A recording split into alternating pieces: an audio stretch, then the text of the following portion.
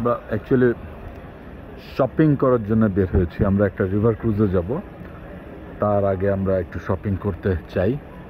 So আমাদেরকে বলেছে যে প্রথমে আমরা আসলে এর আগে একটা শপিং আছে, এখানে বেশ চিপে পাওয়া যায়। তাসম মার্কেট নামে এখানে একটা মার্কেট আছে যেখানে ইলেকট্রিক জিনিস কম প্রাইসে পাওয়া যায়। বাট এরপরে হচ্ছে আমাদের এখানকার লোকাল স্থানীয় লোকজন বা আমাদের সাথে যারা এসেছেন, দে টোল্ড আস যে এই জায়গাটা হচ্ছে ভ্যালু ফর মানি টাইপের একটা জায়গা, যে you will get good products here. So আমরা এখানে এসেছি, and let me check whether I can buy anything here or not.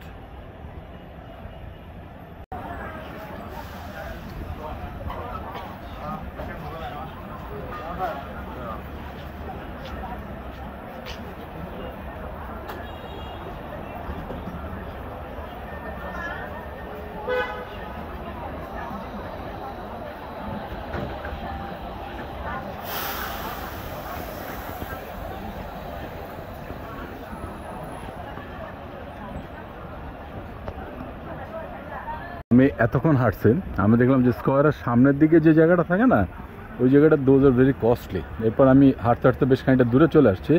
আপনি যখন এখানে ট্যুরে আসবেন অ্যাজ এ ট্রাভেলার, এইখানে সাধারণত ওনারা কম মানুষকে আনে। হ্যাঁ, but you can come over here and see the things. এই জায়গাটা হচ্ছে আমার কাছে মনে হচ্ছে যে this things are little bit of চিপার।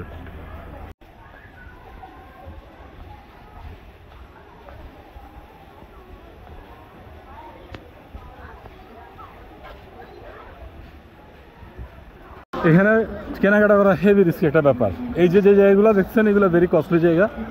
একদম চিপায় চলে যেতে হবে, গলিতে চলে যেতে হবে। ওইখানে মানে 200 টাকা দাম চাইলে 50 থেকে শুরু করতে হবে, 70-80-তে বুক করতে হবে। আমি বাচ্চাদের জন্য একটা গিটার কিনছি 100 RMB, মানে হচ্ছে 1800 টাকার মতন লাগছে। I think this is a good one.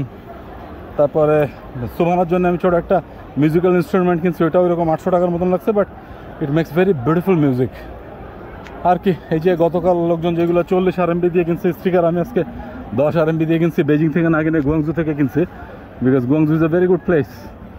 এই যে এখন যাবো, বাকিটা দেখে আরও যদি কিছু কেনা লাগে তাহলে কিনবো ইনশাল্লাহ। Thank you very much.